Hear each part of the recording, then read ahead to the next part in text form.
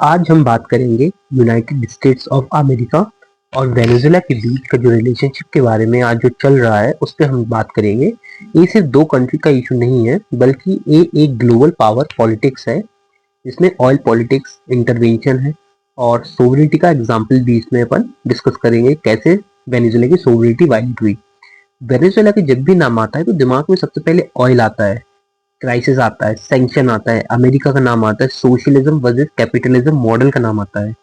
इस लेक्चर में हम हिस्ट्री के साथ साथ ये भी समझेंगे कि अमेरिका ने वेनेजुएला में क्यों इंटरेस्ट लिया, कैसे अमेरिका ने पॉलिटिकल, इकोनॉमिक और इनडायरेक्ट मिलिट्री प्रेशर यूज किया और आज वेनेजुएला क्राइसिस का कितना रोल यूएसए का है।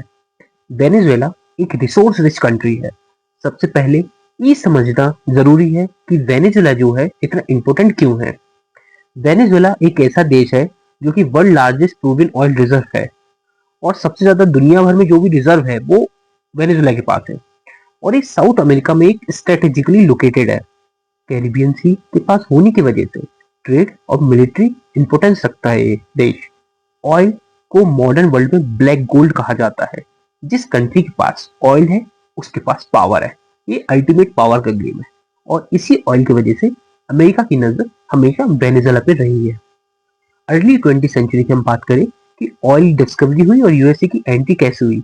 ये जो टाइम पीरियड है वो 1910 से 1940 के बीच के अराउंड की बात है। जब अर्ली 20 सेंचुरी की मैं बात करूंगा, जब 1910 और 20s की बात कर रहे हैं उस टाइम में वेनेजुएला में मैसिव ऑयल रिजर्व का डिस्कवर हुआ। जैसे ही ऑयल मिला, अमेरिकन ऑयल कंपनी वेनेजुएला में आ गई, जैसे कि एक्सॉन, शेवरॉन, गल्फ ऑयल जैसे जियांट ने प्रोडक्शन स्टार्ट की। इस फेज में वेनेजुएला टेक्निकली इंडिपेंडेंट था लेकिन इकोनॉमिकली यूएस पर डिपेंडेंट हो गया। ऑयल एक्सट्रैक्शन, प्राइसिंग और एक्सपोर्ट सब लार्जली अमेरिकन कंपनीज कंट्रोल कर रही थी। अमेरिका के लिए cheap oil, stable supply, energy security, Venezuela के लिए रिवेन्यू मिला, लेकिन लॉन्ग टर्म डिपेंडेंसी क्रिएट हो गई। तो ये जो भी अपन चीज समझ रहे हैं तो इसका एक ब्लूप्रिंट मैं आपको पूरा बता रहा हूँ कि हिस्ट्री से कैसे करंट लेवल पे मैं ले जाऊंगा। ये बहुत ज्यादा ही इंपॉर्टेंट लेक्चर है। होपफुली आप इसको कंटिन्यूटी वे में समझिए। तो यूएसए वेनेजुएला रिलेशन जो था कोल्ड वॉर के टाइम पे, और कोल्ड वॉर क्या था, दो कंट्री के बीच का शीत युद्ध था। दो ब्लॉक, एक communist bloc, capitalist block. Capitalist में यूएसए कंट्री थी जो लीड कर रही थी वर्ल्ड को, और एक था कम्युनिस्ट ब्लॉक जो इसको यूएसएसआर लीड कर रहा था। तो 1945 से 1990 की बात है। कोल्ड वॉर के दौरान दुनिया दो कैंप में डिवाइडेड हुई थी जैसे मैंने अभी आपको बताया। लेकिन अमेरिका का क्लियर एजेंडा था, लैटिन अमेरिका में कम्युनिज्म नहीं आना चाहिए। इसलिए यूएसए ने उन गवर्नमेंट को सपोर्ट किया जो प्रो कैपिटलिस्ट थी। जो लीडर सोशलिस्ट आइडिया की बात करते थे उनको थ्रेट माना गया। वेनेजुएला इस टाइम रिलेटिवली डेमोक्रेटिक था लेकिन अमेरिका का जो पॉलिटिकल इन्फ्लुएंस बहुत स्ट्रांग रहा वहां पे। यूएसए के लिए जो वेनेजुएला है वो एक रिलायबल ऑयल सप्लाई रहा है शुरू से और एक आइडियोलॉजिकल सेफ अलाई भी माना जा रहा था। लेकिन 1970s आते आते ऑयल नेशनलाइजेशन ऑयल का नेशनलाइजेशन हुआ और टेंशन और बढ़ गई। 1970s में वेनेजुएला ने ऑयल इंडस्ट्री को नेशनलाइज कर दिया। पीडीवीएसए जिसका स्टेट ओन्ड ऑयल कंपनी बनाई, इसका मतलब वेनेजुएला अपना ऑयल खुद कंट्रोल करेगा। अमेरिका को एक चीज पसंद नहीं आई। क्यों? क्योंकि ऑब्वियस सी बात है, यूएसए रोल प्ले करना चाह रहा था लेकिन जब नेशनलाइज हुआ तो इससे क्या हुआ, जो यूएसए को पसंद नहीं आया तो उससे रिलेशन जो है कम्प्लीटली ब्रेक नहीं हुए क्योंकि यूएसए को तो ऑयल चाहिए था, वेनेजुएला को यूएस मार्केट। तो इन दोनों में चीजें चलती रही लेकिन यहीं से टेंशन के बीच का बीज बोए गए। जैसे कि हुगो चैवेज एक गेम चेंजर बना, एक लीडर था जो 1999 में पावर में आया 1999 में, और यहाँ से सब कुछ बदल गया। जो चैवेज थे वो सोशलिस्ट आइडियोलॉजी को फॉलो करते थे। बॉलीवेरियन रेवोल्यूशन स्टार्ट किया और रिच और पुअर के बीच गैप कम करना चाहता था। ये जो जो सोशल लीडर की हमेशा एक परिभाषा रही है कि वो हमेशा लोगों की हित की बात करेगा। उसके मेजर स्टेप, जो ऑयल रेवेन्यू को प्रोग्राम में यूज करना, अमेरिकन कंपनीज को कंट्रोल कम करना, यूएसए को ओपनली क्रिटिसाइज करना, ये सब चैवेज की पॉलिसी में आता था। उस टाइम वेनेजुला अमेरिका का बैकयार्ड नहीं है, चेवेज ने बोल दिया था ये अब। तो यूएसए वजह जो हुगो चेवेज था वो आइडियोलॉजिकल क्लैश हो गया यूएस की वजह से, क्योंकि जो चेवेज था वो सोशलिस्ट मॉडल को अपना रहा था। अमेरिका को चेवेज से प्रॉब्लम थी क्योंकि वो ओपनली एंटी अमेरिका था। रशिया, चाइना, क्यूबा के साथ रिलेशंस बढ़ रहा था, लेकिन अमेरिका में सोशलिज्म को प्रमोट कर रहा था। यूएसए के लिए सिर्फ वेनेजुला का इशू नहीं था, बल्कि रीजनल इन्फ्लुएंस का सवाल था। 2002 में कोप अटेम्प्ट टर्निंग पॉइंट हुआ। इसमें 2002 में वेनेजुला में कोप अटेम्प्ट हुआ। मिलिट्री और अपोजिशन ने शेवेज को हटा दिया।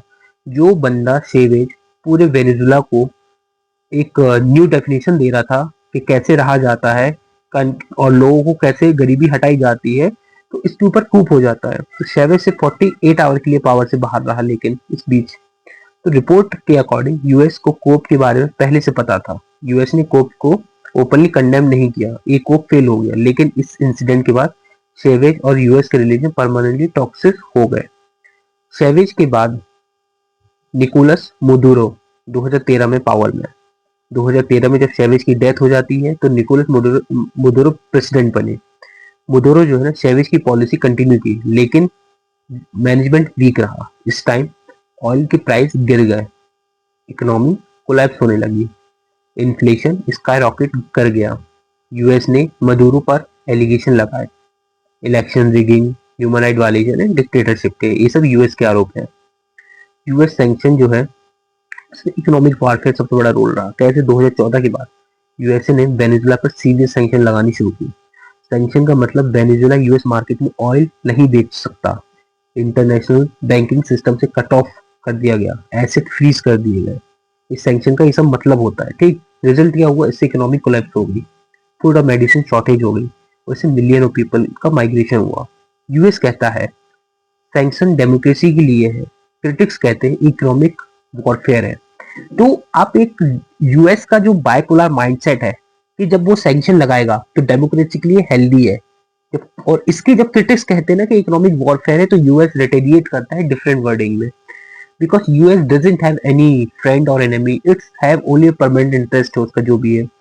2019 में क्या होता है, एक जुआन गुआइडो एपिसोड होता है। उसमें क्या होता है, 2019 में यूएस ने के जो अपोजिशन लीडर है, 2019 में यूएसए ने जो वहां के जुआन गुआइडो है वो इंटरिम प्रेसिडेंट मान लिया गया है, कहाँ के, वेनेजुला के। ये अनप्रेसिडेंटेड स्टेप था क्योंकि यूएस ने माना है। यूएस के साथ साथ यूके, कनाडा और कुछ यूरोपियन कंट्री ने भी इसका सपोर्ट किया, लेकिन जो मिलिट्री मुदुरो के साथ खड़ी रही और जो गुआइडो है फेल हो गया। इससे क्लियर हुआ यूएस डायरेक्ट रिजीम चेंज चाहता था। मिलिट्री प्रेशर और थ्रेट, यूएस ने डायरेक्ट इन्वेजन नहीं किया, लेकिन नेवल प्रेजेंस बढ़ाई, मिलिट्री एक्सरसाइज भी बढ़ाई, और जितने भी ऑप्शन थे टेबल पे स्टेटमेंट पे, इसको प्रेशर विदाउट वॉर का नाम दे दिया। ये स्ट्रेटेजी होती है ना। तो इससे क्या हुआ कि जब यूएसए कुछ ज्यादा ही वेनेजुला में इंटरेस्ट दिखाने लगा, तो इसके क्या रीजन थे, ऑयल एनर्जी सिक्योरिटी जो बता चुके, चाइना रशिया का भी इन्फ्लुएंस रोकना वहां मुश्किल हो रहा था, है ना। लैटिन अमेरिका में डोमिनेंस की भी एक लड़ाई हो गई थी, और सोशलिज्म का स्प्रेड रोकना, ये सब चीजें, ठीक ना, ठीक ना। मतलब यूएसए चाहता था कि लैटिन अमेरिका में डोमिनेंस बढ़ा रहे हैं, सोशलिज्म का स्प्रेड जो इतना फैल रहा था उसको रोकना, यही सब इसके थी। और चाइना और रशिया का इन्फ्लुएंस बढ़ ही रहा था। तो इंटरनेशनल रिएक्शन में क्या आता है, तो उसका जो एक पॉइंट है जो समझना बहुत जरूरी है, जो यूनाइटेड स्टेट, जो यूएन और कोई कई कंट्रीज ने बोला कि जो सैंक्शन इंटरनेशनल लॉ वायलेट करती है ना, और वेनेजुला की जो पीपल सफर कर रहे हैं, ये सब यूएन ने बोला था।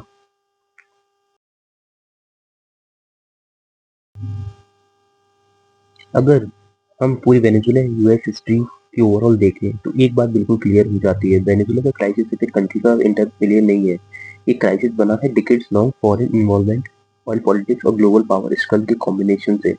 यूनाइटेड स्टेट का रोल वेनेजुला में सिर्फ रिसेंट इवेंट तक लिमिटेड नहीं रहा। अर्ली 27 से लेकर आज तक oil interest, cold war, regime